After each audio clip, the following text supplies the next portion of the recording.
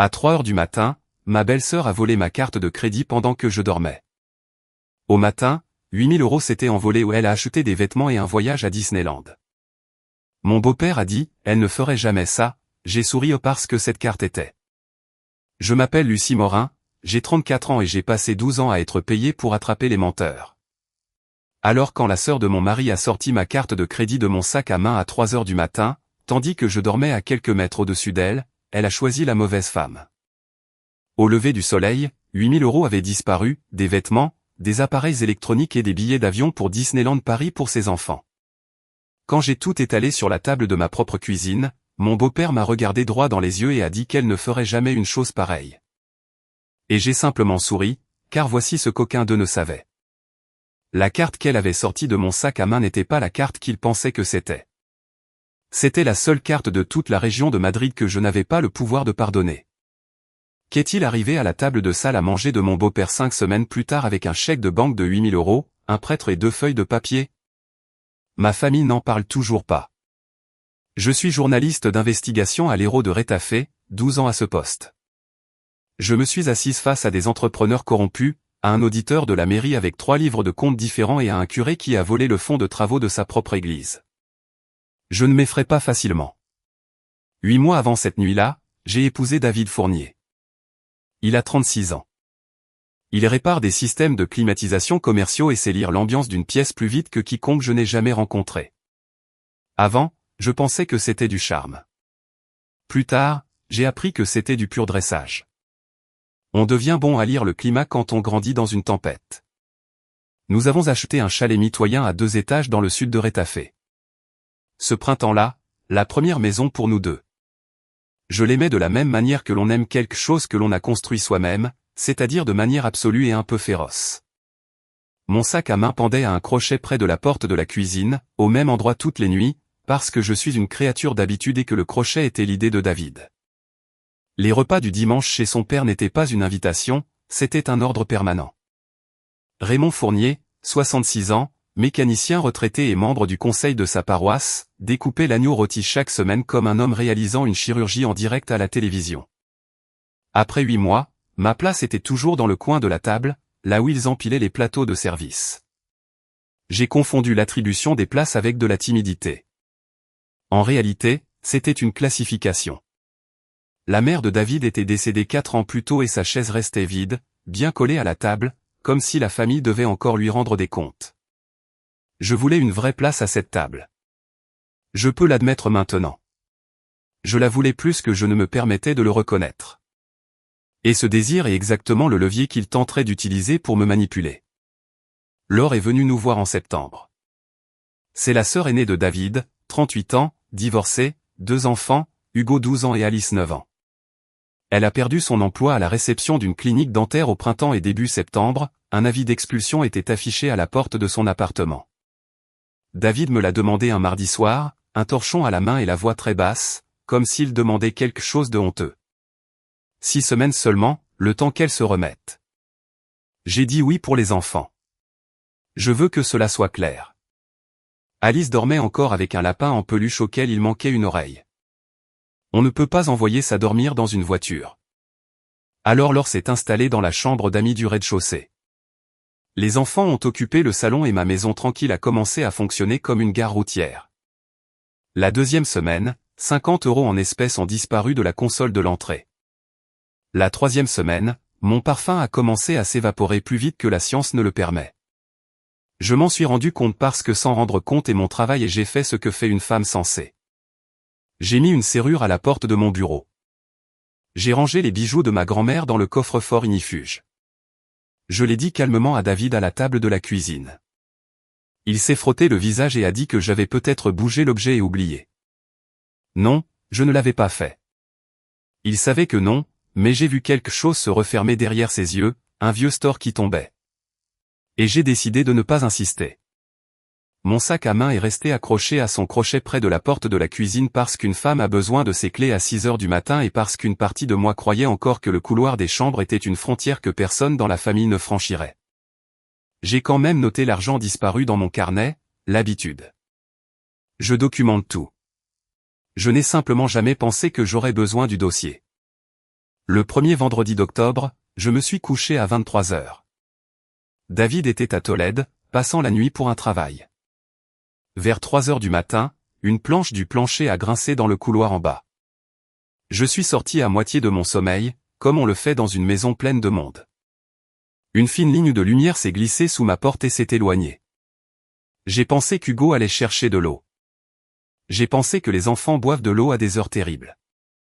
Je me suis retourné, c'est le moment que j'ai le plus souvent rejoué dans ma tête et avec lequel j'ai fait la paix, parce qu'une femme qui ne peut pas dormir dans sa propre maison a déjà perdu quelque chose de bien plus grand que l'argent.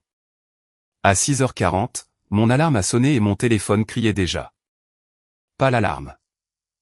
Les alertes de fraude s'accumulaient depuis 2h47 du matin. Patiente comme fidèle à la messe. Je me suis assise sur le bord du lit et j'ai fait glisser mon doigt sur l'écran.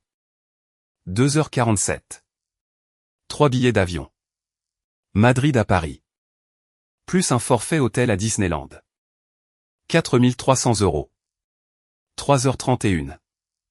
Une commande d'électronique, téléphone et tablette configurée pour un retrait en magasin. 2000 €. 4h15. Des vêtements pour enfants. 3 commandes en ligne passées l'une après l'autre pour 1700 €. J'ai fait les calculs 2 fois parce que mes mains voulaient faire quelque chose. Exactement 8000 €. 8000 € dépensés pendant que je dormais dans mon propre lit, dans ma propre maison, avec mon sac à main accroché à son crochet en bas, tandis que quelqu'un se penchait dessus dans l'obscurité et faisait une liste de courses. La maison était silencieuse en dessous de moi. Quelque part en bas, des dessins animés jouaient déjà, une poêle chauffait et une femme fredonnait. Je suis resté assise dans la première lumière du matin, le téléphone sur les genoux, et j'ai fait ce que je fais habituellement sur les scènes de crime. Je suis resté très immobile et j'ai commencé à tout enregistrer. J'ai appelé la ligne de fraude de la carte avant de me brosser les dents. Je l'ai bloquée. J'ai contesté les frais. J'ai demandé des détails de la même manière que je demande des détails à mes sources. Lentement, 2 fois, la réservation de la compagnie aérienne portait les noms des passagers, Laure Fournier, Hugo Fournier, Alice Fournier, avec un départ dans 9 jours. La commande d'électronique était au nom de Laure pour le retrait. Son numéro de portable était lié. Les commandes de vêtements étaient expédiées à ma propre adresse, ce qui demande un culot particulier. Et chaque achat avait été effectué depuis la même connexion Internet, la mienne, le Wi-Fi de la maison, ma maison. Je suis resté debout dans la salle de bain, tenant le téléphone, et je veux être honnête sur ce que j'ai ressenti. Parce que les gens imaginent de la rage et la rage est venue après. Ce que j'ai ressenti en premier, c'est de la reconnaissance, le même clic froid que je ressens quand une feuille de calcul finit par avouer. Puis je suis descendu, mon sac à main pendait à son crochet, l'air innocent. Je l'ai ouvert. Le portefeuille était là, l'argent était là, les cartes étaient là, mais ma carte d'usage quotidien était placée dans la mauvaise fente, à l'envers, enfoncée à la hâte, comme on remet quelque chose dans l'obscurité quand le cœur bat vite. Laure était près des plaques de cuisson de ma cuisine, faisant frire des œufs, fredonnant, portant une robe de chambre que je n'ai pas reconnue et qui avait encore l'étiquette coincée dans la manche. Hugo et Alice étaient sur le canapé, baignés par la lumière des dessins animés. « Bonjour », a dit Laure, fraîche comme une rose. « Tu veux des œufs ?» J'ai regardé cette femme, la sœur de mon mari, mère de 2 enfants que j'aimais vraiment, debout dans la chaude odeur de beurre, comme si rien au monde ne s'était passé. J'ai poussé un soupir d'indignation. J'ai dit non. Merci. Ce que je voulais, c'était mes 8000 € de retour. Ce que je voulais encore plus, même si je n'avais pas encore pu l'exprimer, c'était avoir tort. Jamais. En 12 ans, je ne m'étais trompé de cette manière. J'ai attendu que les enfants emportent leurs céréales dans le salon et j'ai alors posé mon téléphone sur le comptoir avec les alertes affichées et j'ai dit alors que nous devions parler de la nuit dernière. Elle a jeté un coup d'œil à l'écran et son visage a fait quelque chose que je n'oublierai jamais. Il ne s'est pas effondré, il s'est restructuré. C'est fou, a-t-elle dit. Tu as été piraté. Ça arrive partout. Les gens se font pirater. Je lui ai dit que les billets portaient son nom, les noms de ses enfants. Les pirates font ça, a-t-elle répondu en retournant les œufs. Ils utilisent de vrais noms pour que ça paraisse légitime. Il y avait des sacs de courses dans la chambre d'amis avec les étiquettes. Il y avait une confirmation de la compagnie aérienne imprimée et pliée dans la poubelle de la cuisine sous le marque de café. Je le sais parce que j'ai regardé. Parce que regarder est ce que je fais. David est rentré à la maison à midi et est devenu pâle. Puis il a fait ce que j'aurais dû prévoir. Il a appelé son père. Raymond est arrivé en moins d'une heure, remplissant le cadre de ma porte avec sa veste du dimanche et s'est assis à la table de ma cuisine comme un juge prenant place sur son estrade. Il m'a écouté pendant 30 secondes. 30. J'ai chronométré. Elle ne ferait jamais ça. Puis il a levé une main douce comme un agent de la circulation et a prononcé la phrase qui allait diriger cette famille pendant les 5 semaines suivantes. Elle ne ferait jamais une chose pareille. Pas une question sur les billets, pas un regard sur sa fille. Il l'a dit de la manière dont on dit une chose que l'on a décidé de rendre vraie par le simple fait de la dire. Laure a regardé le sol, la mâchoire serrée, et j'ai réalisé qu'elle n'avait pas peur d'être attrapée. Elle avait déjà été attrapée avant. Elle attendait de la même manière que l'on attend qu'une machine en laquelle on a confiance termine son cycle. Et la machine était assise à ma table, me tapotant la main. La voix de Raymond est devenue chaleureuse alors et cela m'a plus effrayé que les cris. Quoi qu'il arrive ici, a-t-il dit, la famille s'occupe de la famille. Nous n'avons pas besoin des banques pour ça. Nous n'avons pas besoin de la police pour ça. Tu annules ces réclamations. Tu les annules et je vais régler ça à ma manière. Il l'a dit gentiment. Il l'a dit de la manière dont un homme propose de porter vos courses. Et dans ma cuisine, le climat a changé. David s'est assis. Pas à côté de moi, je l'ai remarqué avec un œil de reporter et un estomac d'épouse. Il s'est assis au centre de la table, à équidistance, un homme se plaçant entre deux pays. Il avait 36 ans et il s'est assis comme un écolier appelé au bureau du directeur. Les épaules droites, les mains à plat. Je n'avais jamais vu mon mari s'asseoir ainsi. J'ai dit avec le plus d'équanimité que j'ai pu, que la banque était déjà impliquée, que j'avais bloqué la carte à 7 heures ce matin-là, que c'est simplement ce qu'il faut faire. Comme on appelle les pompiers quand les rideaux brûlent, la mâchoire de Raymond a bougé. Quelque chose d'ancien a traversé son visage. Pas de culpabilité. J'aurais reconnu la culpabilité. Cela ressemblait à de la trahison, comme si j'étais celle qui avait mis la main dans la poche de la famille. Tu les as déjà appelés, a-t-il dit doucement, avant de m'appeler. Et voilà. Dans son arithmétique, le vol était le climat, mais mon appel téléphonique était un choix. Laure a expiré un souffle qu'elle retenait depuis le petit déjeuner. La machine avait terminé son cycle et avait échoué en sa faveur, comme elle l'avait toujours fait, ce qu'aucun d'eux ne comprenait encore, ce que même moi ne comprenais qu'à moitié, c'était que cet appel particulier n'avait jamais été une option pour moi. Le lundi matin à 8h15, mon téléphone de bureau à l'Hérault a sonné. C'était Noémie de la comptabilité et Noémie n'appelle pas pour bavarder. Lucie, m'a-t-elle dit, nous avons une alerte de fraude sur votre carte d'entreprise. 8 000 € au cours du week-end. Vous devez descendre. Et je suis resté assise là, mon café refroidissant, parce que c'était le détail que je n'avais pas encore raconté à la famille, le détail que j'avais fait tourner dans ma tête tout le week-end comme une pierre dans ma poche. Je porte 2 cartes de la même banque, ma carte personnelle et la carte d'entreprise de l'Hérault, la carte platine épaisse que j'utilise pour les demandes de documents et les voyages, celle qui reste dans la fente extérieure de mon portefeuille parce que c'est celle que j'utilise le plus. Dans l'obscurité. À 3 heures du matin, travaillant rapidement dans un sac à main qui n'était pas le sien, Laure n'avait pas pris ma carte, elle avait pris celle du journal. Comprenez-vous ce que cela signifie? Parce que Raymond ne l'a pas compris. Cela signifie que l'argent qu'elle a dépensé appartenait à une entreprise et que la fraude qu'elle a commise était contre une banque. Et il n'existe aucune version de cela où Lucie décide d'être gentille et de laisser tomber. La fraude avec une carte d'entreprise déclenche un processus. Déclaration obligatoire. Une déclaration sous serment signée dans les 10 jours ouvrables suivant l'émission, jurant avec dédain que l'utilisation n'était pas autorisée. Et ensuite la banque et l'entreprise décident de ce qui se passe. Pas le titulaire de la carte, pas l'épouse qui essaie de maintenir la paix au repas du dimanche. J'ai expliqué cela au bureau de Noémie avec ma pièce d'identité en main et je me suis ensuite assise dans ma voiture sur le parking et j'ai lâché un rire sec, court et pas tout à fait sain d'esprit. Mon beau-père voulait que cela soit réglé au sein de la famille, mais à 3 heures du matin, dans l'obscurité qu'elle avait choisie, Laure avait ignoré toutes les cartes que j'avais le pouvoir de pardonner et avait volé la seule carte qui ne rendait compte à la famille de personne.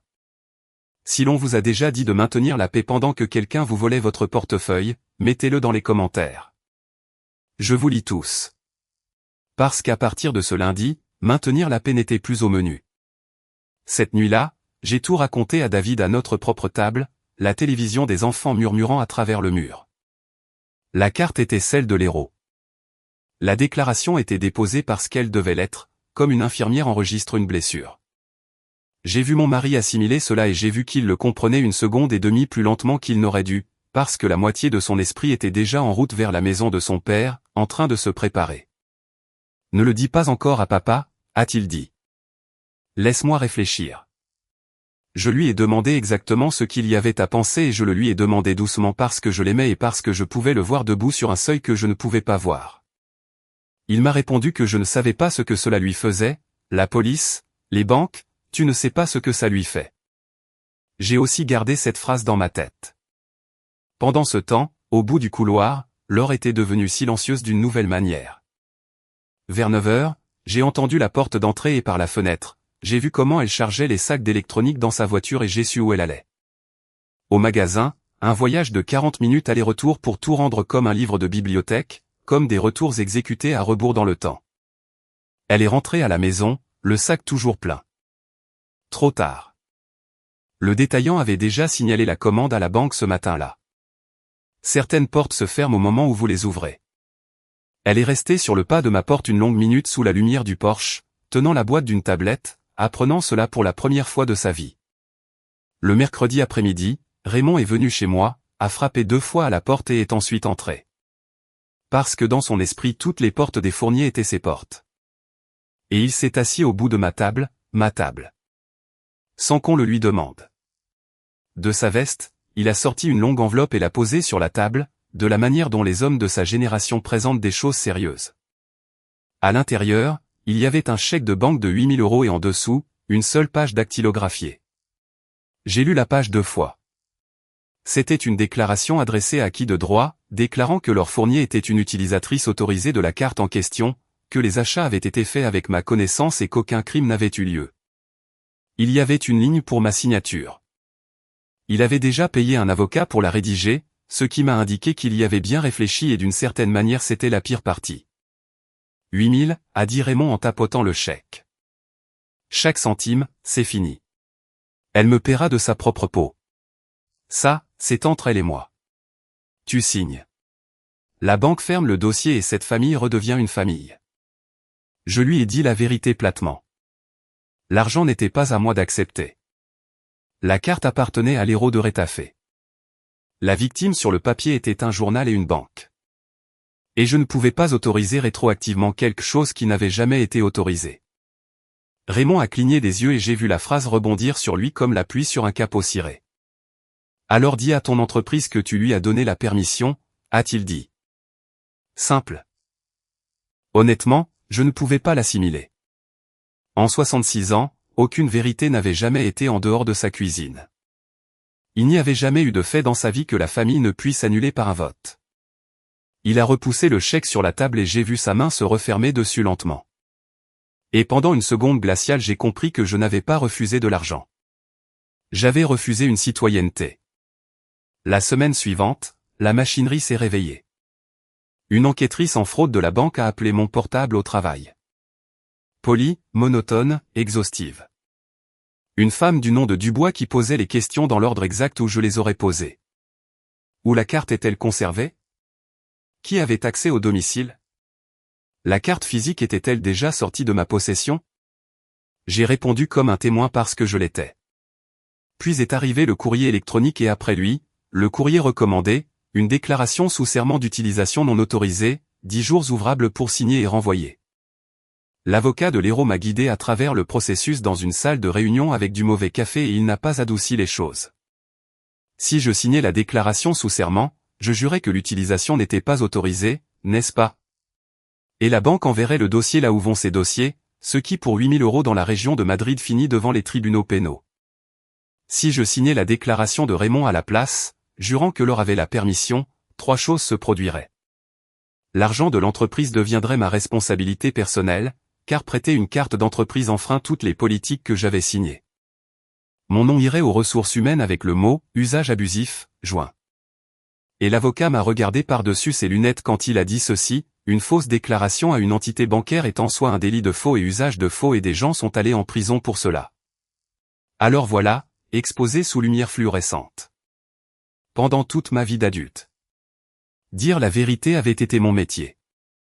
Maintenant, j'avais une date limite, 10 jours ouvrables.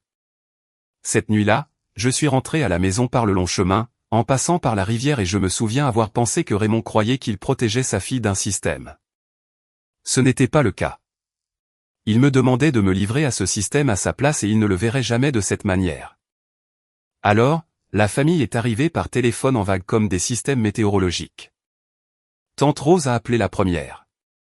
La grand-tante de David, 81 ans, douce comme un morceau de gâteau. Chérie, les familles ne se font pas ça. Je lui ai demandé gentiment si elle parlait de voler ou de dénoncer et elle est restée silencieuse d'une manière qui m'a indiqué qu'elle n'avait jamais mis ces deux choses sur la même étagère. Une dame de la paroisse de Raymond m'a trouvé sur Facebook. Priant pour votre famille en cette période de confusion, a-t-elle écrit, ce qui est le langage d'église pour dire que nous sommes au courant et que nous avons choisi notre camp. Des cousins que j'avais vus 2 fois ont envoyé des paragraphes entiers de texte à David. Personne n'a appelé Laure. Je veux que vous vous arrêtiez là. En 5 semaines, pour autant que je sache, pas un seul membre de cette famille n'a appelé la femme qui avait réellement pris la carte pour lui demander pourquoi toutes les appels étaient pour moi. Parce que dans leur physique, j'étais la pièce qui bougeait. Que leur vol, c'était comme l'hiver. Ce n'était la faute de personne, il fallait simplement le supporter ensemble. Que je le dénonce était une décision et les décisions ont des propriétaires. Le plus cruel fut le silence. Raymond, au repas du dimanche, parce que oui, nous y allions toujours, David serrant le volant à en avoir les jointures blanches pendant tout le trajet. Il s'est levé pour découper l'agneau rôti et a béni la table. Et à la fin, il a ajouté les yeux fermés, « Seigneur, nous savons que Thérèse veille sur cette famille. Elle a toujours su comment nous garder unis. » Thérèse, la mère de David, décédée il y a 4 ans. Il n'a jamais prononcé mon nom et n'a jamais prononcé celui de Laure. Il a simplement posé le souvenir de cette bonne femme sur la table comme un 4e papier pour que je le signe. Je me suis assise à ma place dans le coin près des plateaux et j'ai reconnu le coup parce que j'ai couvert des nouvelles de politiciens. Quand les faits sont contre vous, ne discutez pas les faits. Changez la question en loyauté. Tous à cette table ont passé les pommes de terre boulangères et m'ont regardé comme si j'étais celle qui tenait le couteau. J'ai fait ce que je fais quand le sol bouge. Je suis allé aux archives. Non pas pour monter un dossier. La banque montait déjà le dossier parfaitement sans moi, mais parce que j'avais besoin de savoir avec quelle famille je m'étais marié. Et les registres publics ne changent pas leur histoire selon qui est à table. Cela m'a pris 2 pauses déjeuner. Laure Fournier, 2 expulsions précédentes en 2019 et 2022, toutes 2 classées sans suite après paiement intégral. Raymond Fournier figurait comme payeur sur la seconde. 3 jugements en première instance. Tous réglés, tous discrets et un pour lequel j'ai dû creuser. Un rapport de police de son ancienne clinique dentaire d'il y a 6 ans, un manque de plusieurs centaines d'euros dans la caisse, restitution effectuée, plainte jamais déposée à la demande de l'employeur. Je me suis assise avec mon carnet aux archives de l'Hérault, entouré de 100 ans des pires jours d'autres personnes. Et l'image s'est formée comme les images se forment. Il n'y a pas eu de minuit désespéré dans ma cuisine. Il y avait un système ancien et bien huilé qui fonctionnait depuis avant que je ne connaisse cette famille. Laure tombe, Raymond la rattrape, les papiers disparaissent et tout le monde appelle ça de l'amour. Mais 8 000 € n'était pas une crise, c'était un renouvellement d'abonnement. Cette même nuit à la maison, David est monté au grenier chercher une valise pour un voyage de travail et a pris trop de temps. Je suis monté et je l'ai trouvé agenouillé sous l'ampoule nue devant une vieille boîte sur laquelle son propre nom était écrit au marqueur sur le côté, en écriture d'enfant. Il ne disait pas David, défense d'entrée, en grosses lettres enfantines devenues marron. Il ne l'ouvrait pas, il la regardait simplement avec une expression que je n'avais jamais vue sur le visage de mon mari adulte. Puis il a refermé les rabats. Il a dit que ce n'était que de vieilles ordures et il est descendu avec la valise en passant devant moi. Je n'ai pas insisté. J'ai noté la boîte dans mon carnet. La déclaration sous serment est arrivée un jeudi par courrier recommandé dans une enveloppe si officielle qu'elle s'est pratiquement éclairci la gorge. 10 jours ouvrables à compter du cachet de la poste. Je l'ai lu une fois sur le comptoir. Une page, langage simple. Je ne l'ai pas autorisé, je n'ai pas consenti. Je comprends que cette déclaration peut être utilisée dans des procédures pénales, une ligne pour ma signature, une ligne pour la date. Et puis j'ai fait quelque chose auquel je pense encore. Je l'ai pliée en 3 et je l'ai mise dans mon sac à main, le même sac à main sur le même crochet près de la même porte de cuisine. Et c'est laquelle a vécu à partir de ce moment, mon propre petit artefact non explosé accroché près des manteaux. Je touchais son contour à travers le cuir tous les matins comme un bleu que l'on ne cesse de vérifier. Cette même nuit, David m'a enfin parlé des 500 pesetas. Nous étions au lit, les lumières éteintes, sa voix sortant de l'obscurité comme les confessions. En 1971, son grand-père, le père de Raymond, le grand-père Manuel, a signé un chèque sans provision de 500 pesetas dans une quincaillerie d'Aranjuez. Le 12 du mois, un mardi, le magasin a porté plainte. Cette année-là, les autorités montraient l'exemple et 2 agents de la garde civile se sont présentés à la maison pendant le petit déjeuner et l'ont emmené par la porte d'entrée menottée. Le café fumant encore sur la table, Raymond avait 11 ans. Il est resté sur le porche en chaussettes et a vu les voisins regarder. La famille a perdu la maison en moins d'1 an. Sa mère a nettoyé 3 bâtiments par nuit pendant une décennie. Le mariage n'a pas survécu à cela. Et l'homme qui est revenu de la prison provinciale n'était pas l'homme qui était parti. Papa l'a raconté exactement une fois à ma connaissance, a dit David, aux funérailles de maman. Curieusement, il s'est mis près du cercueil et a dit, « Personne que j'aime ne devra jamais rien à la loi. » Je suis resté allongé dans l'obscurité, faisant des calculs de journaliste. 55 ans, un chèque sans provision et toutes les affaires louches que cette famille avait avalées depuis. Tout cela, les intérêts de ces 500 pesetas. 2 nuits plus tard, je ne pouvais pas dormir et à 2 heures du matin, j'ai trouvé Laure à la table de ma cuisine avec une tasse de thé qu'elle n'avait pas préparée avec ses propres achats.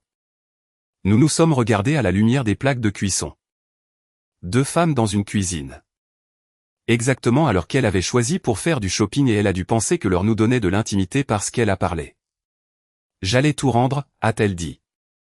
Tu le sais, n'est-ce pas? Avant que quiconque ne s'en rende compte, c'était le plan. Je lui ai demandé comment si elle n'avait pas de travail et elle a repoussé la question de la main comme si c'était une mouche. Puis elle s'est penchée en avant et m'a donné ce qui ressemblait le plus à de l'honnêteté que j'ai jamais obtenu d'elle. Tu as tout, Lucie, tu comprends, n'est-ce pas? La maison, David, un travail où ton nom est imprimé. Mes enfants ne sont jamais montés dans un avion. Jamais. Alice me demande l'océan comme si c'était un lieu de dessins animés. C'était pour eux. Elle avait les yeux humides et le menton haut. Et j'ai réalisé que je voyais une femme lire sa propre défense à voix haute et la considérer comme irréfutable. Elle ne croyait pas avoir volé quoi que ce soit. Dans son arithmétique, il y avait un grand compte familial quelque part et elle avait simplement un découvert contre lui, tout comme elle avait été à découvert toute sa vie et quelqu'un la renflouait parce qu'il y avait toujours eu quelqu'un. Mon sac à main avait simplement été la succursale la plus proche. Les enfants ne cessent de demander si nous allons toujours y aller, a-t-elle dit. Et voilà. La politique de retour de son excuse. Même alors, le voyage était toujours vivant dans sa tête. Je lui ai dit la vérité, les billets étaient des fonds bloqués. Personne n'allait voler où que ce soit avec cet argent. Elle m'a regardé comme on regarde une machine distributrice en panne. Puis elle a rincé sa tasse, a dit bonne nuit et est allée se coucher. Pas une seule fois dans tout cela, elle n'avait prononcé le mot « pardon ». La date limite s'est immiscée dans mon mariage un mardi. David est rentré d'une offre d'emploi qui avait mal tourné. Il s'est servi un verre qu'il n'a pas terminé et a dit, sans me regarder, « Tu ne peux pas le signer comme ça. Le papier de papa n'est que du papier, et je veux être juste avec lui parce que je l'aime et parce qu'il est aussi une victime dans cette histoire. » Il l'a dit comme le dit un homme fatigué, pas un homme cruel, mais quelque chose en moi est devenu très silencieux et très jeune. Voici ce que je n'ai jamais raconté à personne de cette famille. Quand j'avais 16 ans, ma mère s'est assise sur le bord de mon lit en pleurant avec un avis de coupure d'électricité à la main et je suis allé à mon placard et j'ai pris l'enveloppe où je gardais l'argent pour l'université. 3 ans de babysitting et de poste de caissière, je le lui ai donné. Elle m'a embrassé sur le front et m'a dit, « Tu es une si bonne enfant, tu n'aggraves jamais les choses. Je veux que vous écoutiez cette phrase de la manière dont je l'ai finalement écoutée. Non, tu comptes. Non, je vais arranger ça. Tu es une si bonne enfant, tu n'aggraves jamais les choses. C'était le salaire. C'était tout le salaire. Et 2 ans plus tard, ils nous ont coupé l'électricité quand même et l'enveloppe est restée vide. Et je suis allé à l'université avec des prêts que j'ai fini de rembourser à 31 ans. Alors quand mon mari a dit que ce n'était que du papier, j'ai entendu le matelas de ma mère grincer. J'ai dit, j'ai déjà signé ce papier auparavant. David, ça n'achète pas l'amour. Ça loue le silence et le loyer finit toujours par être encaissé. Il m'a regardé longuement et j'ai pu voir 2 dressages se battre en lui, le sien et le mien. J'ai soupiré. Avez-vous déjà été ceux qui n'aggravent jamais les choses? Ceux qui paient pour que personne n'ait à en parler? Dites-le moi dans les commentaires parce que je sais que je ne suis pas la seule. Et tenez-vous bien, parce que ce que mon beau-père a fait ensuite, sincèrement je ne l'ai pas vu venir. Il est arrivé à ma rédaction un jeudi. Raymond joue mal au golf, socialement et l'un de son groupe siège à la section commerciale de l'Hérault. Et je ne pourrai jamais prouver que cet appel téléphonique a eu lieu, ce qui est exactement la façon dont ces appels sont conçus. Ce que je peux prouver, c'est la séquence. Le jeudi, le partenaire de golf de Raymond a déjeuné avec notre directeur. Le jeudi après-midi, une rumeur se promenait dans ma rédaction, le col de l'impair relevé. Lucie a laissé un membre de sa famille utiliser la carte de l'entreprise et maintenant elle crie à la fraude pour couvrir ça.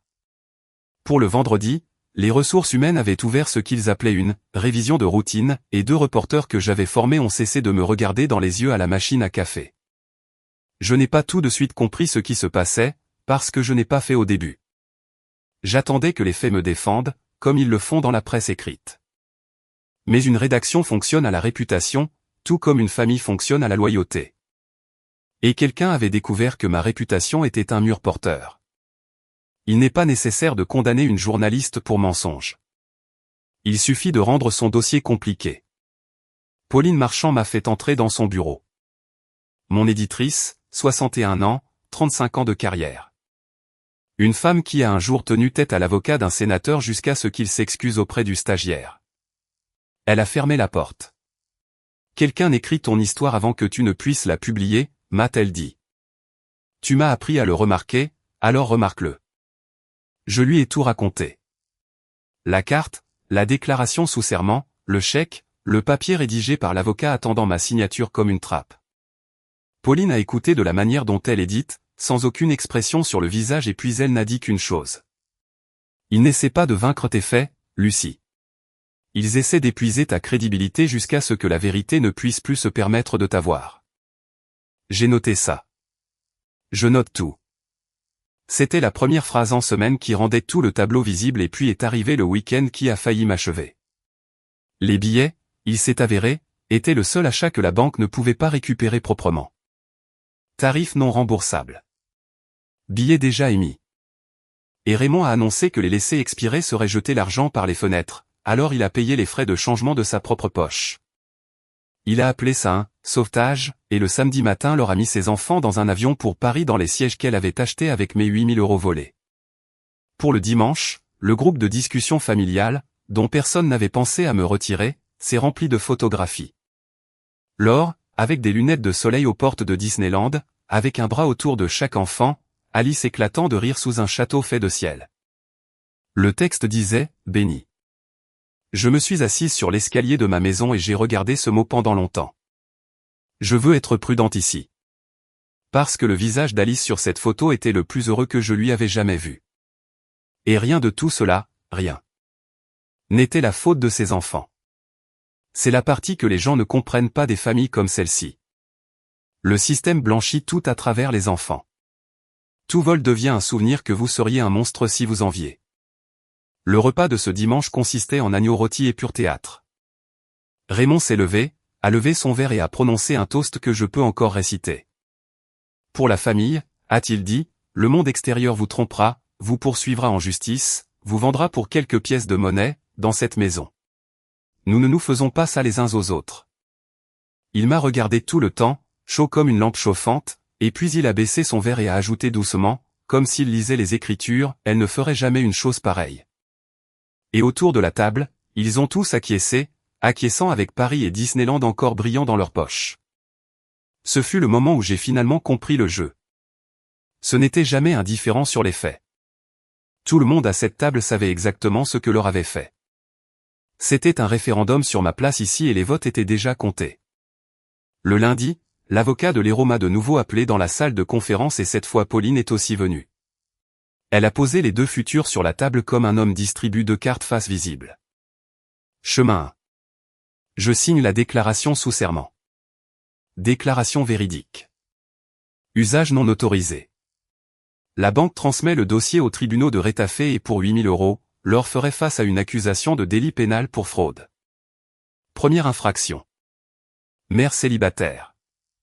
Probablement une suspension de peine avec des travaux d'intérêt général si son avocat avait le pouls, mais une accusation avec son nom dans un dossier judiciaire, ce qui dans la famille Fournier était le seul phénomène météorologique impardonnable.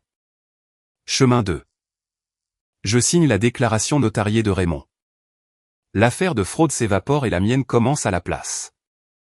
Violation des règles, responsabilité personnelle pour les 8 000 € de l'entreprise, un dossier aux ressources humaines qui mettrait fin à ma carrière à l'héros et probablement dans cette profession, car un reporter qui prête son accès est un reporter qu'aucun éditeur ne peut défendre. Et je vous rappelle, a dit l'avocat, c'est comme un coup de trick, qu'attester d'une fausse autorisation auprès de la banque est en soi un délit puni par le code pénal. Alors le résumé honnête est qu'un de ces papiers met votre belle-sœur devant un juge et l'autre pourrait vous y mettre. Pauline n'avait pas dit un mot pendant tout ce temps. Elle m'a accompagné hors de la rédaction, passant devant les bureaux et dans l'ascenseur, elle a enfin parlé. Le délai expire lundi prochain. Quoi que tu fasses, fais-le délibérément.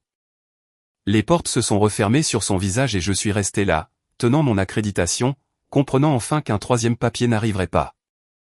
Il n'y aurait jamais une version où tout le monde s'en sortirait indemne. Quelqu'un à cette table allait perdre le reste de sa vie telle qu'elle la connaissait.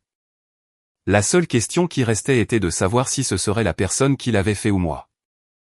Cette nuit-là, David a descendu la boîte du grenier tout seul, l'a posée sur la table de la cuisine, a replié les rabats avec ses mains de mécanicien soigneuse et a commencé à exposer son enfance comme s'il s'agissait de preuves.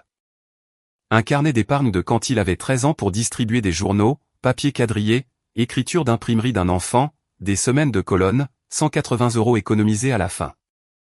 Souligné 2 fois et puis traversant toute la page en écriture d'adulte, une ligne barrée, empruntée pour l'orthodontie de l'or sera remboursée. Il ne l'a jamais fait, a dit David. J'ai vérifié ce carnet tous les mois pendant 1 an. Puis j'ai arrêté de le vérifier. Sous le carnet, une photographie d'un enfant avec une guitare, David a 15 ans, tout en angle, tenant une Fender d'occasion comme si c'était un nouveau-né. Il a poussé un soupir sec. Vendu l'été suivant, m'a-t-il dit, pour couvrir les dégâts de la voiture de l'or. Après qu'elle ait frotté un camion garé à 18 ans, Raymond a emmené David lui-même au prêteur sur gage et il a aussi appelé ça un prêt. Sous la photographie, un bon du trésor de sa grand-mère encaissé avant terme. La signature n'était pas la sienne. Article après article, 20 ans de petite et silencieuse confiscation, toutes portant le même mot, emprunté. Mon mari est resté debout devant cette table pendant longtemps. Puis il a dit ce que j'attendais depuis 8 mois qu'il découvre. Je croyais que c'était ça être un grand frère, être celui qui pouvait se le permettre. Mais regarde tout ça ensemble, Lucie. Je n'étais pas généreux, j'étais dressé. Il a levé les yeux vers moi et ses yeux étaient terribles et clairs. Mon père ne la protégeait pas. Il s'entraînait avec moi cette nuit-là. Il ne m'a pas dit de signer quoi que ce soit. Il a posé sa main à plat sur le carnet comme un homme qui prête serment et l'a laissé là un moment. Le coup suivant de Raymond fut un chef-d'œuvre. Et je le dis avec le respect d'une journaliste pour l'art. Le mercredi, il est entré dans le hall de l'Hérault dans mon immeuble avec sa veste du dimanche et a remis à la réception une enveloppe pour le bureau du directeur. À l'intérieur, un nouveau chèque de banque de 8 000 € et une note de présentation de sa propre écriture pour le montant total en question. Notre famille règle ses propres affaires. Je suis sûr que cela clôt le dossier. Il n'a pas demandé de mes nouvelles. Il s'est assuré de ne pas demander de mes nouvelles. C'était l'art du coup. Au moment où j'ai su, la moitié de l'immeuble connaissait déjà l'histoire et l'histoire était la suivante. Un doux vieil homme à la retraite et membre de la paroisse était entré en boitant pour payer la dette de sa famille et Lucie Morin insistait encore pour les papiers pour une raison quelconque. Il avait reformulé toute l'affaire en un seul geste. Je n'étais plus une victime, j'étais une femme difficile qui refusait les excuses d'un homme bon. Le chèque est resté dans le bureau du directeur comme un gage car, bien sûr, l'héros ne pouvait pas y toucher. Accepter une restitution privée pour enterrer une plainte pour fraude est le genre de choses qui finissent dans d'autres journaux, mais sa simple existence a fait son travail et agrafé à la note il y avait une invitation. Carton couleur crème, vraie calligraphie. Repas du dimanche, toute la famille. Père Anselme se joindra à nous. Résolvons ça comme une famille le doit. Pauline l'a lu par-dessus mon épaule et a fait un bruit que je ne lui avais jamais entendu. Moitié rire, moitié grognement. Il a choisi le lieu, les témoins et l'arbitre. Elle a dit, ce n'est pas un repas, c'est une audience. Puis elle m'a regardé. Ne joue pas le rôle qu'il a écrit pour toi. Il attend la journaliste. Amène l'épouse. Amène quelqu'un qu'il n'a jamais connu. Le jeudi après-midi, Raymond m'a appelé, pas David, moi, et sa voix était la plus chaleureuse que je lui avais jamais entendue, alors j'ai su que je devais m'asseoir. Lucie, ma fille, c'était la première fois qu'il utilisait ce mot et il l'a dépensé comme un jeton de casino. Je veux que le dimanche se passe bien. Vraiment, je le veux, mais tu devrais savoir ce qui se passe si ce papier à toi arrive au tribunal. Ça y est, pensais-je, la menace. Mais Raymond était meilleur que ça. Il ne menaçait pas, il prédisait. Les souvenirs sont des choses curieuses, a-t-il dit doucement. Rose, elle se souvient que tu as donné ta carte alors à Pâques.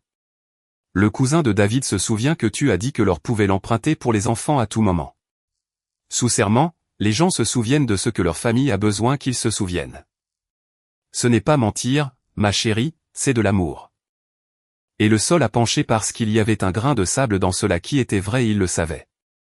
Au printemps, avant tout cela, une fois j'ai donné ma carte personnelle alors dans une station-service. Elle avait le réservoir vide et son portefeuille en haut. 35 € une fois. Ma carte, pas celle de l'héros, mais ça m'est, fait, devant un juge enveloppé de 6 témoins affectueux et regarde comment le mot, non autorisé, commence à transpirer. Tu es une fille intelligente, a dit Raymond. Tu sais que la parole d'une famille pèse plus que les papiers d'un étranger? Ça a toujours été comme ça. Il n'avait pas tort. Et c'est ce qui le rendait obscène. Il avait trouvé la seule chose que mes archives ne pouvaient pas vaincre, une congrégation entière. Je ne te menace pas, chérie, a-t-il dit. Doux comme un hymne. Je t'informe juste de la météo qu'il va faire.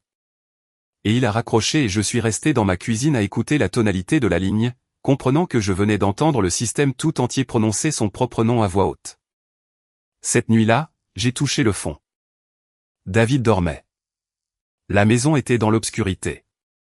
Je me suis assise à la table de ma cuisine à 1 h du matin. J'ai sorti la déclaration sous serment de mon sac à main et je l'ai dépliée à côté du stylo plume de mon défunt père. La seule chose de lui que je possède et je vais vous dire la vérité. J'allais signer l'autre papier. Le papier de Raymond. Je l'avais décidé. Je suis restée assise là à construire les arguments en faveur de le faire et c'était de magnifiques arguments. Si je signe, mon mariage devient plus facile. Si je signe, les repas du dimanche restent chaleureux. Si je signe, Alice garde une mère à la maison. Tout ce que ça coûtait était une signature et une version des faits. Et je n'avais pas été dressé à faire exactement cet arrangement depuis que j'avais 16 ans. Dans une chambre avec un avis de coupure d'électricité, je pouvais entendre ma mère très clairement. Tu es une si bonne enfant. Tu n'aggraves jamais les choses. Toute ma vie pliée en une seule phrase. Et j'étais assise là, désirant la regagner. Et ma main a vraiment bougé vers le stylo. Et une planche du plancher a grincé derrière moi. C'était Alice. 9 ans. Avec le lapin à une seule oreille sous le bras, plissant les yeux à la lumière des plaques de cuisson. Elle a regardé les papiers. Puis elle m'a regardé avec ce terrible radar que les enfants ont et a dit, « Maman a des problèmes à cause de nous. » Et je me suis entendu répondre instantanément, sûr de la manière dont on répond à un enfant. Non, ma chérie. Les adultes se mettent dans les problèmes à cause des adultes. Je lui ai donné un verre d'eau, je l'ai raccompagné au lit et je suis resté seul dans le couloir, écoutant ma propre voix flotter dans l'air, parce que je venais de dire à cette petite fille, en une seule phrase, la vérité exacte que j'avais passé 30 ans à me refuser de me dire à moi-même. Le vendredi, j'ai dit à Pauline que je ne savais pas si je serais capable de mettre une mère de 2 enfants devant un juge. Elle a retiré ses lunettes, ce qui en 35 ans de légende à la rédaction signifiait soit un prix de journalisme, soit un licenciement. Et elle m'a dit, laisse-moi te dire ce que tu m'as appris quand tu avais 25 ans et que tu étais insupportable. Tu as dit que l'information n'a pas besoin qu'on la sauve, elle a besoin qu'on ne mente pas à son sujet. Tu n'as jamais tué une histoire vraie parce que la famille de la source pleurait dans le hall. Il y a eu des gens qui ont pleuré dans ce hall. Lucie, des gens réels. Pour des histoires réelles et tu les as publiées parce que c'est le pacte. Alors explique-moi pourquoi ta propre histoire est la seule qui est en vente. J'ai commencé à répondre et elle a parlé par-dessus moi, ce qu'elle ne fait jamais. Et voici la partie pratique de tout cela. Madame Dubois a appelé notre avocat hier par courtoisie. La banque a les enregistrements des appareils. La réservation a été faite depuis le propre téléphone de Laure, son compte Apple, son profil de voyageur enregistré, ses préférences de siège. Pour l'amour de Dieu, ils ont le retrait en magasin enregistré sur caméra. Ce train a quitté la gare la nuit où elle est allée faire du shopping. Tu n'es pas le moteur et tu n'as jamais été les freins. La seule chose que tu décides, la seule chose qu'il t'a toujours appartenu de décider, c'est si le dossier montre que tu as dit la vérité ou que tu as juré un mensonge. Elle a remis ses lunettes. Affaire conclue. La vérité n'a pas besoin que tu la protèges, Lucie. Elle a besoin que tu cesses de négocier avec les gens qui en ont peur. Je suis retourné à mon bureau, traversant la rédaction à laquelle j'avais consacré 12 ans et pour la première fois depuis 2h47 du matin ce samedi-là, j'ai su exactement qui j'étais. Le dimanche s'est levé gris et silencieux. Je me suis habillé de la même manière que je me suis habillé pour une déposition judiciaire. Le bon tailleur. Les chaussures plates avec lesquelles on peut rester debout longtemps. David m'a regardé depuis le seuil de notre chambre et m'a demandé ce que j'allais faire et je lui ai donné la seule réponse honnête que j'avais. Je vais dire la vérité une fois à voix haute dans la pièce où toutes les mensonges sont faits. Ce qui se passe après cela dépend de tous les autres. Il a hoché la tête lentement. Il ne m'a pas demandé quel papier je portais dans mon sac à main. Et je l'ai aimé pour cela, parce que la réponse était les deux. La déclaration sous serment non signée, pliée en 3. Le stylo de mon père et la déclaration de Raymond. Je l'avais aussi gardé. Parce que vous n'entrez pas dans une audience sans savoir exactement ce que l'autre partie veut que vous signiez. Je suis resté dans la cuisine 1 minute avant de partir, devant le crochet près de la porte et j'ai pensé à un sac à main accroché là à 3 heures du matin et à une femme se déplaçant dans ma maison dans l'obscurité avec une liste de courses. 5 semaines. 5 semaines s'étaient écoulées et pendant ce temps j'avais perdu ma belle-sœur, la majeure partie d'une famille, la moitié de la confiance de ma rédaction et toutes les illusions que j'avais sur ce sur quoi reposait mon mariage.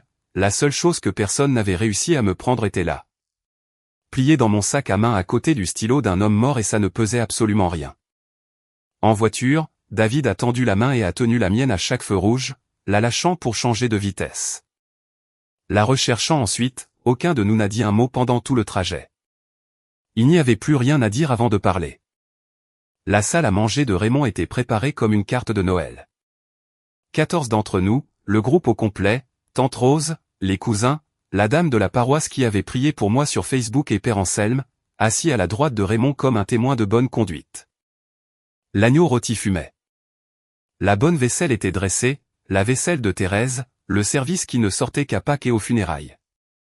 Et je m'en suis rendu compte parce que chaque détail dans cette pièce était une phrase et vous saviez comment la lire. Et puis il y avait ma place. Pas dans le coin, pas à côté des plateaux, ma carte avec mon nom. Carte nominative à un repas de famille. J'étais placé directement à la gauche de Raymond, promu. Pendant 8 mois j'avais voulu monter à cette table et la semaine où il avait besoin de ma signature il m'a fait monter à côté de mon verre d'eau, placé soigneusement comme faisant partie du couvert. L'enveloppe avec le chèque de banque et la déclaration dactylographiée avec 3 petites languettes jaunes sur la marge qui disaient « Signe ici ». Père Anselme a béni la table, un long discours spécifique sur le pardon, sur la folie de laisser les institutions du monde entrer dans le temple de la famille. Et tous ont murmuré « Amen ». Et j'ai regardé lors de l'autre côté de la table, étudiant son assiette comme si c'était une carte. Raymond s'est levé pour découper l'agneau rôti. Il était magnifique. Je le lui reconnais. Avec ses cheveux argentés, son pouls ferme, rétro-éclairé par la lampe du buffet comme si c'était un portrait de lui-même. Avant de manger, a-t-il dit, je veux dire quelque chose. Il a dit que le monde extérieur vous tromperait et vous vendrait pour quelques pièces. Il a dit, dans cette maison, nous ne nous faisons pas ça les uns aux autres. Il a dit que la famille est le seul tribunal qui compte et que ses verdicts sont de miséricorde, toujours de miséricorde. Et puis il a posé le couteau à découper, a regardé autour de la table sa congrégation réunie et a prononcé la phrase, pour la dernière fois, douce et définitive, comme le marteau d'un juge enveloppé de flanelle. Elle ne ferait jamais une chose pareille. Toutes les têtes à cette table se sont tournées vers moi. 13 visages attendant de me voir signer. Père Anselme me proposait déjà son propre stylo. J'ai regardé les languettes jaunes de Raymond, jaunes comme des panneaux de prudence, et j'ai ouvert mon sac à main. Lucie, Raymond s'est tourné vers moi et tout son visage buriné s'est illuminé comme la porte d'un Porsche s'ouvrant. Ma fille, la deuxième fois de sa vie qu'il utilisait ce mot et cette fois il l'a dépensé devant témoin. Je sais que ces semaines ont été dures pour toi, pour tous. Et je sais. Il a ri à voix basse chaleureusement et la table a ri avec lui. Tu es une femme de document, alors nous l'avons fait à ta manière. Nous avons fait rédiger ça par un avocat et tout. Rire doux. Tu signes ça. Et voilà ce qui se passe. Le chèque est à toi chaque centime. Aujourd'hui même. Quoi que ton entreprise ait besoin d'arranger, nous l'arrangeons. Laure va me rembourser l'argent même si ça prend 10 ans et c'est son fardeau entre elle, moi et le Seigneur. Il a fait une pause et a alors sorti la vraie offre, celle qu'il avait gardée, et a baissé la voix pour que toute la table doive se pencher vers lui. Et tu ne seras plus la femme de David qui travaille au journal, tu seras ma fille. Point final. Cette table, ces gens, chaque dimanche que Dieu enverra, seront tiens. C'est ce que signifie la famille. Cela signifie que le livre est clos. Le silence après cela fut absolu. Il semblait même que les plats d'agneau écoutaient. Les yeux de Laure se sont détournés de son assiette et pendant une étrange seconde nous nous sommes regardés directement dans les yeux. Et je jure que ce que j'ai vu sur son visage n'était pas du triomphe. C'était quelque chose de plus proche de la compassion. La compassion d'une condamnée à perpétuité qui voit une nouvelle détenue se voir offrir le même accord qu'elle avait accepté à 19 ans. La main de David a cherché mon genou sous la table, sans pousser dans aucune direction, simplement en étant là. Tout ce que j'avais voulu pendant 8 mois m'était offert par-dessus la vaisselle de Thérèse, emballée et avec un nœud, et tout ce que ça coûtait était de mettre mon nom au bas d'un mensonge. J'ai mis ma main dans mon sac à main. La table a expiré et ce que j'ai sorti n'était pas le stylo de Père Anselme et ce n'était pas le papier de Raymond, c'était le mien. J'ai déplié la déclaration sous serment et l'ai lissée sur la nappe de Thérèse et j'ai sorti le stylo plume de mon père et j'ai entendu ma propre voix sortir ferme, comme elle le fait devant la caméra, parce que certains dressages résistent. Avant que quiconque ne mange, je vais dire certaines choses qui sont vraies une seule fois. Personne n'a à répondre à rien. Raymond, toi surtout. Je préférerais que tu écoutes simplement. Il était toujours debout avec le couteau à découper à côté du plateau et quelque chose dans mon ton de voix l'a fait s'asseoir. En 1971, 2 gardes civils ont sorti ton père de son propre Porsche pour un chèque de 500 pesetas. Et personne dans ce village n'a jamais demandé s'il avait une bonne raison. Et ta famille ne s'est plus jamais relevée. Tu avais 11 ans. Je ne vais pas prétendre savoir ce que cette matinée a coûté. Parce que je ne le sais pas. Son visage est devenu de pierre. Mais j'ai vu que les mots pénétraient. Tu as passé 50 ans à t'assurer que personne que tu aimes ne paie pour rien. Jamais plus. Et Raymond, voici la partie qui devrait t'empêcher de dormir la nuit. Regarde ce que tu as acheté. Ton fils a distribué des journaux à 13 ans et a économisé 180 € et tu les lui as pris pour l'orthodontie de Laure et tu as écrit, emprunté, dans son carnet. Et il a vérifié ce carnet tous les mois pendant 1 an. Il a 36 ans. Et il ne peut toujours pas s'asseoir à cette table sans te demander la permission avec les épaules. Ta fille a 38 ans et jamais, pas une seule fois dans toute sa vie, on ne lui a permis de découvrir qu'elle pouvait survivre aux conséquences de ses actes. Tu as pris en charge chacune d'elles avant qu'elle ne puisse lui apprendre quoi que ce soit. Une caisse enregistreuse, 2 expulsions. Et il y a 5 semaines, elle a traversé ma maison dans l'obscurité à 3 heures du matin et a pris 8 000 € de mon sac à main. Et Raymond, voici la partie qui devrait t'empêcher de dormir la nuit. Elle n'avait même pas peur. Ils ont emmené ton père pour 500 pesetas et tu as remboursé l'argent depuis avec le carnet de David, avec les tribunaux d'elle et maintenant avec moi. Ça, ce n'est pas une protection, c'est une dette avec le nom de tout le monde écrit dessus, sauf le sien. J'ai alors regardé autour de la table rose, les cousins. Le prêtre avec son stylo emprunté. Je ne peux pas signer ton papier. J'aime cette famille. Dieu sait que je l'ai aimé plus qu'aucun de vous ne l'a jamais remarqué. Mais la carte que Laure a prise n'était pas la mienne. Elle appartient à mon journal et la vérité à son sujet n'a jamais été à moi d'échanger, ni pour un chèque, ni même pour une place à cette table. La vérité n'a pas besoin de ma permission. Et devant 13 témoins sur la bonne nappe de Thérèse Fournier, j'ai signé mon nom sur la déclaration sous serment de la banque avec le stylo de mon père mort. Je l'ai daté et j'ai fait glisser le chèque de banque vers Raymond. Le bruit que la table a fait n'était pas un halètement. C'était plus silencieux que ça. Et pire, le bruit d'une pièce pleine de monde décidant tous en même temps. Raymond s'est levé. Ses mains, qui avaient été fermes sur le couteau à découper toute la soirée, avaient commencé à trembler. « Alors, tu n'es pas de la famille ?» a-t-il dit. Et sa voix s'est brisée au milieu de la phrase. La première fissure que j'ai entendue chez cet homme.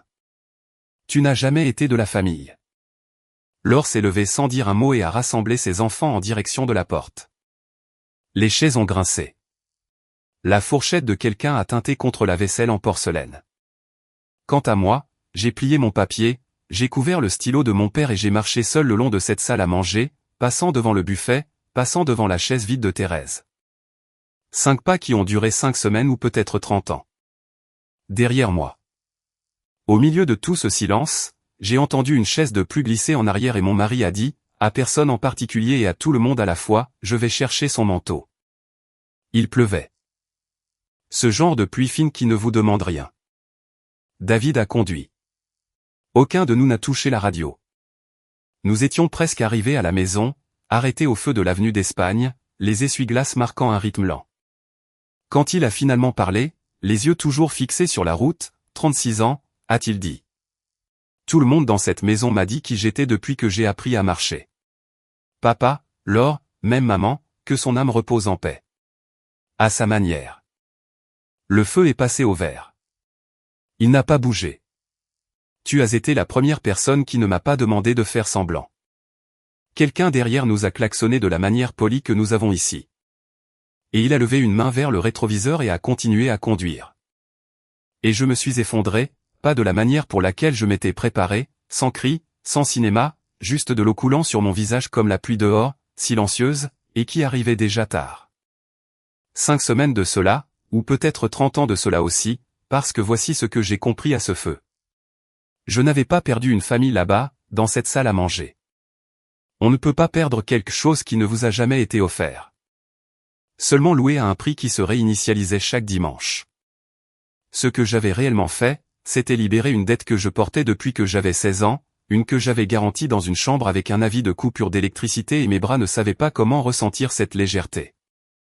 David a tendu la main au feu rouge suivant et a pris la mienne. Il ne l'a pas lâchée pour changer de vitesse tant que le feu n'est pas passé au vert. C'est ainsi que tout s'est résolu. Parce que vous avez mérité le bilan final. Laure a ramené les enfants chez Raymond cette même nuit et un cousin est venu chercher ses cartons la semaine suivante. La banque a transmis le dossier et le ministère public des tribunaux de Rétafé a proposé alors un accord préalable à la voie pénale. Elle a admis sa responsabilité par écrit. Elle est entrée dans un plan de paiement pour rembourser les 8 000 € intégralement. Elle a accepté 100 heures de travaux d'intérêt général et si elle respecte tout, il n'y aura aucune condamnation à son casier judiciaire. Première infraction, 2 enfants. Un juge avec du bon sens. Je ne me plains pas. Je ne l'ai jamais voulu dans une cellule.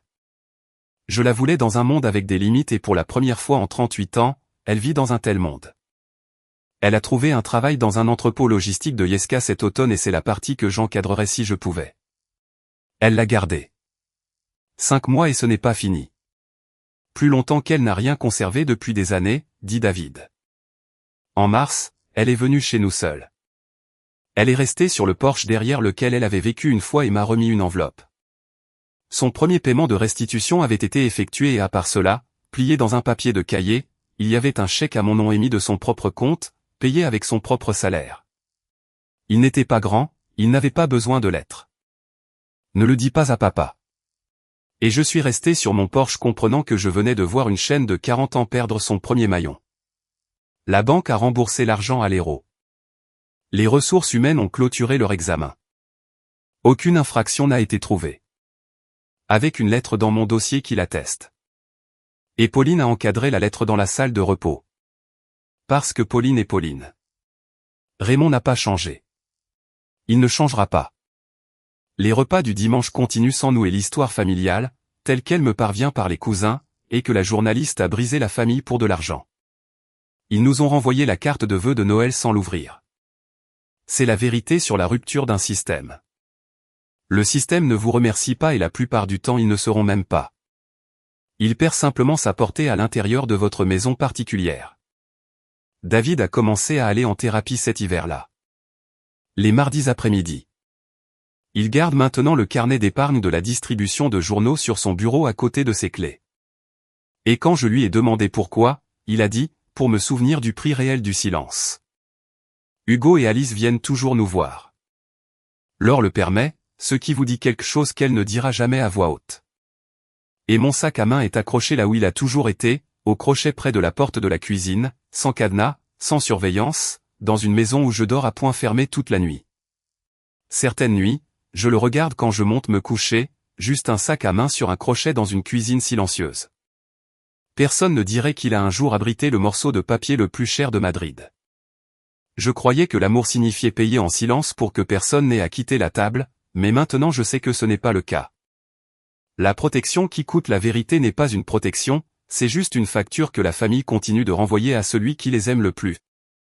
Et la chose la plus gentille que j'ai jamais faite pour la famille Fournier a été de finalement, doucement, marquer cette facture comme « Retour à l'expéditeur ». C'est mon histoire. Une carte, 2 morceaux de papier et une signature qui m'a coûté une famille et m'a rendu la mienne.